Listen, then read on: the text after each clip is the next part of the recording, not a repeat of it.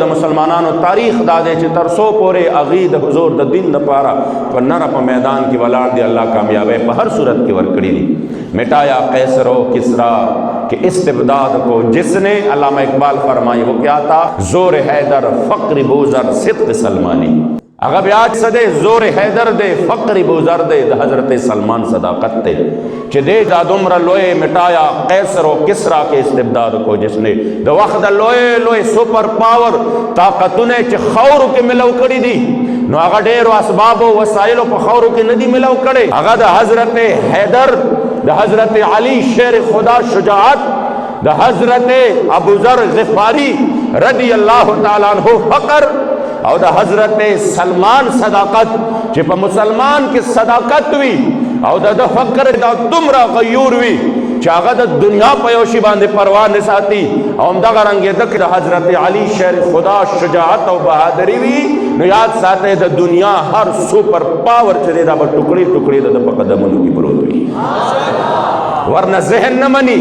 کہ یو حاجی محمد امین رحمہ اللہ دو سو مجاہدین سرا دا ٹول انگریزی سامراج مقابلہ سنگا کرے دا، ذہن نہ منی کہ صرف 120 مجاہدین جلسہ کڑا او دا پہ خور ترا روان شونو دا ٹول پاکستان انگریزانو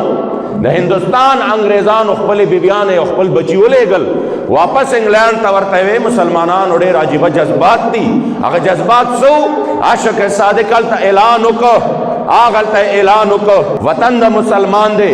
انگریزان پورتکوی محمد امین راشد لخکر مخ کی روان شاہ، محمد امین راشد لخکر مخ کی روان شاہ داستا کلی جذبہ بدا زوانان پورتکوی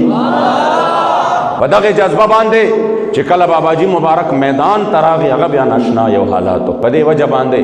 قدردانو ہمیشہ دا پارا چکل نم دا حضور دا دین دا جذبہ مومنانو پزڑک کے ساتھ لے دا بیا مدرسیم کامیابی دی، بیا خانقاونم کامیاب دی، بیا دا اسلام نظام بار طرف باندے خور شوے دے خوچ دا جذبہ وطلے دا یاد ساتے بیا ند استانو او ند خانقاونو وجود پاتے شوے دے، بیا ند بغداد دا لویو کتب خانو وجود پاتے شوے دے، بیا ند مسلمان دے کفار دا تسلط نا آزاد شوے دے، ندے ہار سب بنیاد چے دے اگا دا جذبہ وازکا حضور امیر المجاہدین پا قوم کے دقا جذبہ را بیدارا والا۔ افسوس دا دے عزت مندو چے مونگ دا آغی عظیم ہستے قدر نکا، ہے کاش چھ امت مسلمت پتوے چھ پا کم ورزبانی دی مبارک مون پا قبر کے خودل واللہ العظیم صرف حضرت بابا خادم حسین رضی سے مبارک ندے اخودے شوے گویا کہ ٹول کائنات دفن شو زمون خدا سوا خپل خبر در تکوں گویا کہ زمون ٹول کائنات دفن شو چھ سوک دا حضور شوے دے تو آیا ندرتے کیوں بد نصیبہ ہزارہ رنگا وچ رنگے دے محمد چھ سوک دا حضور شوے دے حضور بیا والا پا زرگونو باندے رنگونو باندے اگلا انعام ور کڑے دے آگے بیا پاگے باندے خیستہ کڑے دے بیا بچ داگے بابا علم تا دے قتل حضور دس خیستہ کڑے ہو دس والا دا علم خیرات ور کڑے ہو چھ انسان عقل و فکر بہت حیران پاتے کے دا یہ دا خالد ابن ولید مزار کے دعاو کڑا اوے فرمائل چھ خدا بابا جی فرمائی چھ ماوے چھ مال دا عشق و محبت اور دا جرت و بہادر خیرات رکھا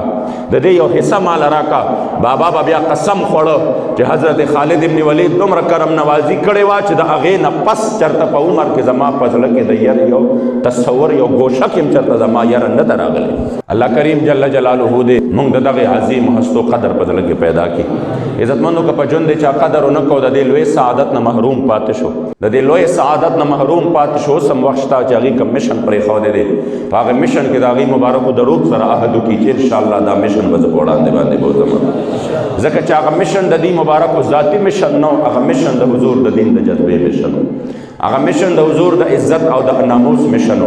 او چے چاہے چے مخالفت کرے دے دیر خلق دا دی چاگی عزت دا وی بد دا تحریک والا وی تحریک والا دا سے خبریں کئی چے بد دی پا تحریک کے سوک نری شامل آگا غدار دے او دا دی پا تحریک کے سوک نری شامل آگا گناہگار دن افلانے علم افلانے مولا افلانے شخصیت ما ایک دومرہ جزاننا پا دا تحریک باندے دا غلوی تحریک باندے دا دی پا غلامانو باندے دومرہ دروغ وائل دومرہ افتراء و بہتانونا دا دا یو عالم شانم ندے دا دا یو پیر شانم ندے دا دا یو استانے والا شانم ندے دا دا یو عام انسان شانم ندے ندے یو مسلمان شان دے مونگ دا ندی ویلے مونگ مقصد دا دے چھتکل دا حضور دا دین دا دا خدمت کون کو مخالفت کی بالکل میانستر آزے چکم مخالفت صرف کفار کئی مسلمان دا دے مشن مخالفت چری نشی کولے پوئے گیا دے باندے دا حضور علیہ السلام غلام دا دے مشن مخالفت چری نشی کولے او تر آزے دا حضور دا دین مخی نسے د ختم نبوت او ناموس رسالت د مشن مخې نیسه، د دې خلکو له نقصان ورکې،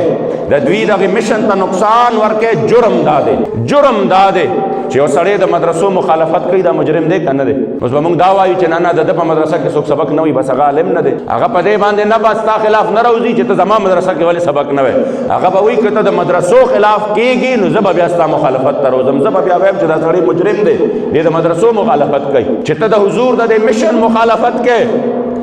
که داسې وي چې د مشن کې تا ته نقصان ښکاري، مونږ کفارو له لګیا یو، مونږ امریکې له لګیا یو، مونږ قادیانانو له لګیا یو، مونږ د هغې یارانو حمایتیان جوړېږو، مونږ په دې مشن کې لګیا یو، د هغې دپاره کار کوو، کل کر راشه او ووایه بالرأس والعین، مونږ به درته سر ټیټ کړو. خو چې د حضور علیه السلام د دین خدمت وي او د دې نه تکلیف صرف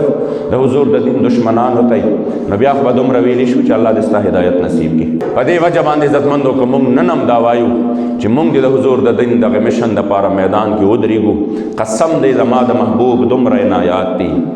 او دومره یو نظر د کرم چې وکړي، دنیا به هم ښایسته وي، آخرت به هم ښایسته وي. الله کریم جل جلاله دې زمونږ د دغه مشن سره مینه او محبت نصیب کړي.